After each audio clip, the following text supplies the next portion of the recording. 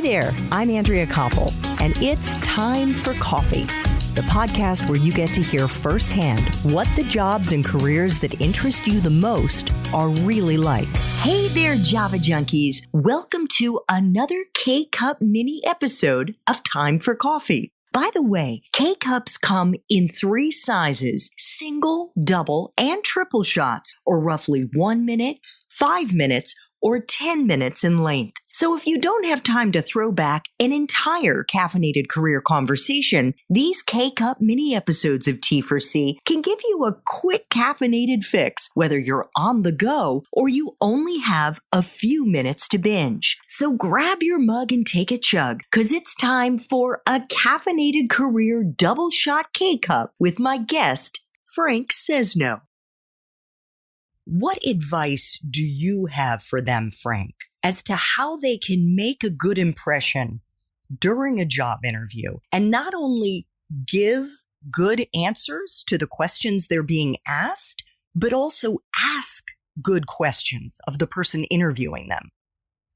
Well, the book that I wrote, Ask More, I wrote not for journalists, but from a journalist's experience. So what I was just talking about, what goes into a good interview, really, I believe, goes into a good life.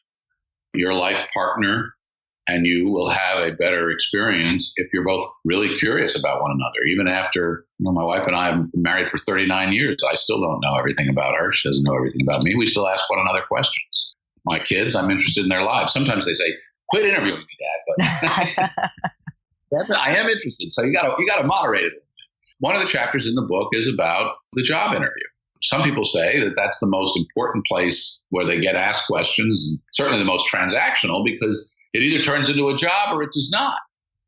And what I found in researching this and talking to people who do hiring and talking to headhunters, all of that, sure, you want to prepare for your job interview. You want to know who you're talking to. What is their personal background, if you can figure that out, so you know where they're coming from. You can anticipate how you would respond. You want to go in with a good sense of what your responses will be to their questions about your future and what you want to do, your strengths, your weaknesses, all of that.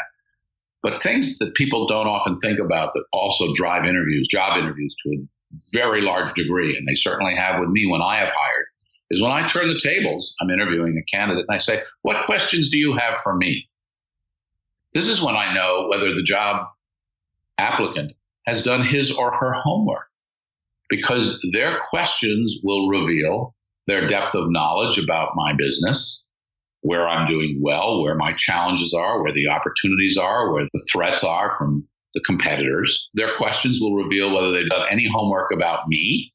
Oh, you've been at GW for 11 years or for 13 years. What have you seen change the most? Where do you think the place is going? Oh, I see that the new president is putting an emphasis on science and engineering. How is that going to affect the future of the university's mission?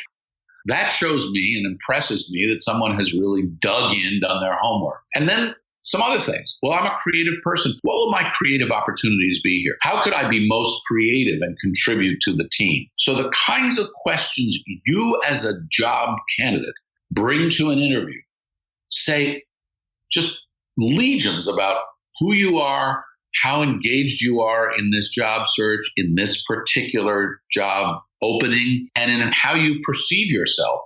I've always taken initiative in my job, and I did this or I did that. I hope to do this here. Where would that be most helpful? The kinds of questions you ask and how you ask them convey and project tremendously about who you are, as I say, as both a person and a job prospect. So that's what I would say. Work on understanding the place and how you would answer the questions that you will inevitably be asked.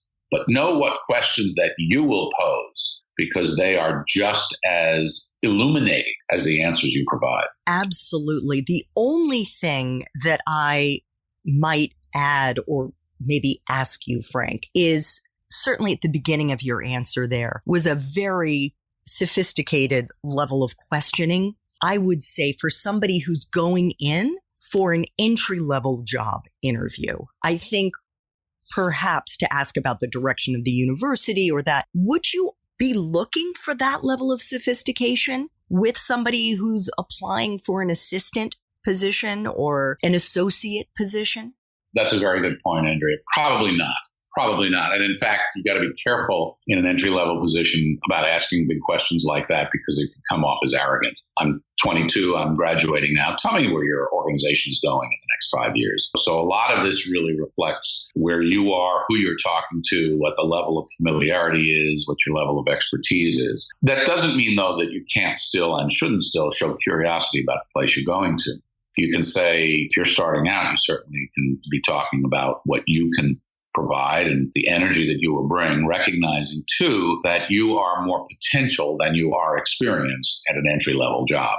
If someone's coming to me right out of school and I'm hiring them, I am not hiring them because they have 25 years of experience in marketing. I'm hiring them because they have an impressive track record in their internships and their studies, because they show great talent and intelligence, and because I'm looking to fill a particular position. So from a candidate like that, if that's you, things to be asking are more along the lines of, how can I help? What are you looking for? What are the 5 things you hope that I learn over the first year so that I can be even more valuable? You want to emphasize your value to the company. You can ask, though, where are you trying to take the company? Because you want to be positioning yourself as the person who can help do that. So that's important. That's good information to ask. How you ask that, though, that's a really good point. I'm glad you steered that, because you send a lot of signals when you're in an interview, and really sizing up who you are, where you're coming from, what your experience is, who you're sitting across from, what is the job that you're applying for. Those are all factors that need to be brought into that calculation before you sit down. Thanks for tuning in to this K-Cup mini episode of Time for Coffee. If you want to listen to our entire caffeinated career conversation, please check out the show notes for this episode. Thanks so much for listening to Time for Coffee, where the professionals in the jobs that most interest you always have time to grab coffee 24/7, no matter where you live. I have one quick favor to ask you. Remember to rate, review, and subscribe to Time for Coffee. Thanks so much.